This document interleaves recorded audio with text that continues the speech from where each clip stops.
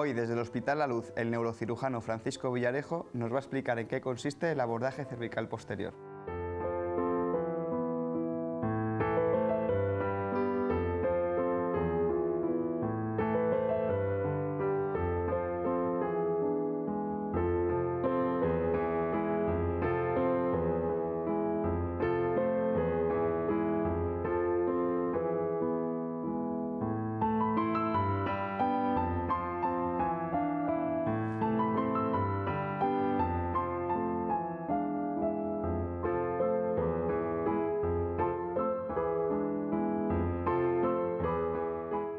La hernia discal cervical es una patología bastante frecuente actualmente debido a los deportes, a los accidentes de tráfico, tanto de coche como de moto como de bicicleta.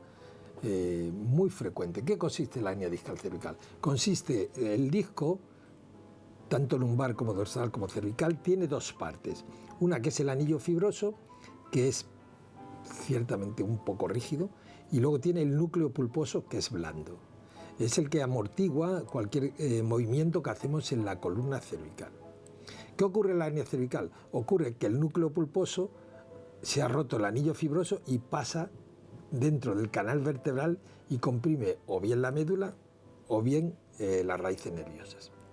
La columna cervical tiene 7 vértebras. Son el atlas, el axis y 5 más. Generalmente las hernias se producen solamente, entre la cuarta y la quinta y la sexta y la séptima vértebra cervical. La hernia suele ser más frecuente lateral que medial, o sea, se va lateralmente y comprime la raíz nerviosa. Pero a veces se va medialmente y comprime la médula. ¿Qué clínica presenta el paciente? El paciente presenta generalmente mucho dolor en un brazo, se le duerme el brazo, y a veces tiene pérdida de fuerza tanto en los miembros superiores como en los miembros inferiores si la hernia es medial. Si la hernia es lateral solo pierde fuerza lateralmente. ¿Qué hay que hacer?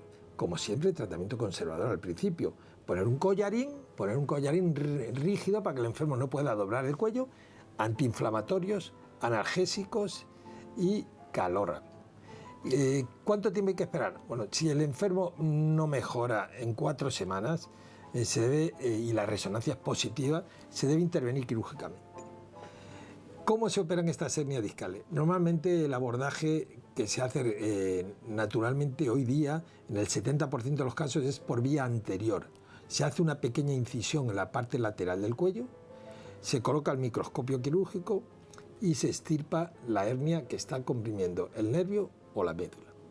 Una vez extirpado esto, ¿qué ocurre? Pues, hombre, a veces no hemos hecho nada, no hacíamos nada, o sea, no colocábamos ni un injerto, ni placa, ni tornillo. Pero la técnica actual es colocar algo entre vértebra y vértebra. Se han colocado injertos de hueso, de la cresta ilíaca, de la tibia, injertos liofilizados, pero la última tendencia es a colocar cajas de PIC, que es un material como cerámica, el colocar discos artificiales o el colocar prótesis metálica. Aquí tenemos una pequeña prótesis metálica que se coloca entre vértebra y vértebra, que va directamente colocada entre donde está el disco. Esta pequeña prótesis metálica le permite al enfermo hacer cualquier clase de movimientos. En otras ocasiones, sobre todo en personas jóvenes, lo que hacemos es colocar discos artificiales. El disco artificial tiene la ventaja de que tiene mucha más movilidad, aunque a la larga, prácticamente al año y medio, la movilidad es igual con el injerto cilíndrico de metálico, con la caja de PIC o con el disco cervical.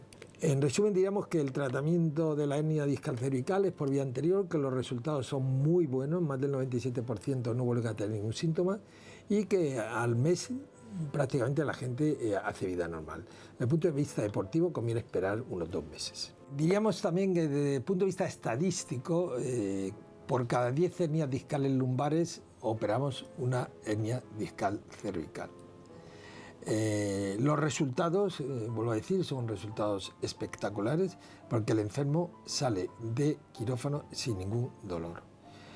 Al día siguiente los enfermos se les pone de pie y se les permite caminar y a las 48 horas se va a su domicilio.